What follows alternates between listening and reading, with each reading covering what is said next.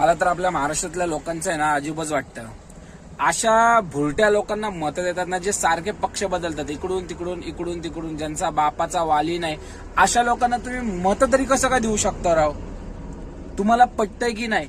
एक मत स्वतःला कधी द्या ना, एक मत विचार करून द्या ना.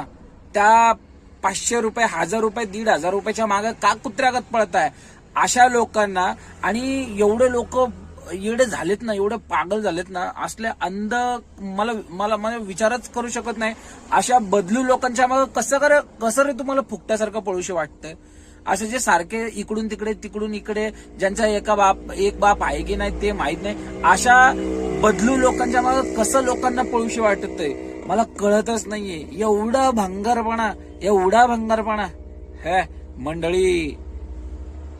यावेळेस मतदान करताना ना डोकं सोबत घेऊन जावा.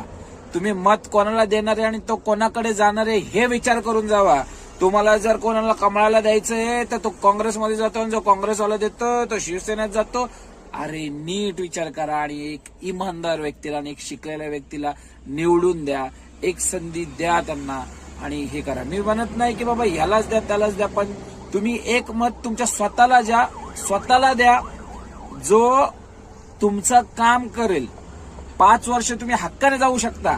आज भिकाऱ्यागत त्याच्या मागं पळणार, तुम्ही चटाई काढणार, सगळं करणार, 1500 रुपये 5000 रुपये त्याच्याकडनं घेणार, आणि 5 वर्ष काय तुम्ही त्याच्याकडे कोणतं तोंड घेऊन जाणार? म्हणून यावेळेस महानगरपालिकेच्या मत द्यायला डोकं सोबत घेऊन जावा आणि मत द्या. समजलं? आणि खास करून आपल्या रिक्षावाल्यांना माझं सांगणं एकच आहे की मित्रांनो, काल मी एक व्हिडिओ बघितला घाटकोपरचा. कोणता तरी एक रिक्षावाला आपला थोडासा रॉंग साईडने जात होता. तिथला कोणता तो पराग शहा काय तो भाजपाचा तो नेता MLA. अरे तुला निवडून आम्ही लोकांनी दिलेलं आहे, आम्ही लोक निवडून देतो तुम्हाला, आणि तुम्ही आम्हाला मारता वय? तिथं पोलीस प्रशासन झोपली होती का? काय करत होतं?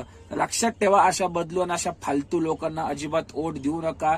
डोकं सोबत ठेवा आणि नीट विचार करा, आणि स्वतःच्या स्वातंत्र्यासाठी आणि स्वतःच्या अस्तित्वासाठी एक मत विचार करून द्या. ज्याच्यामध्ये स्वतःचा सिद्धांत असेल ना, ज्याच्यामध्ये स्वतःचं अस्तित्व असेल ना, तोच विचार करून वोट देणार. जय महाराष्ट्र.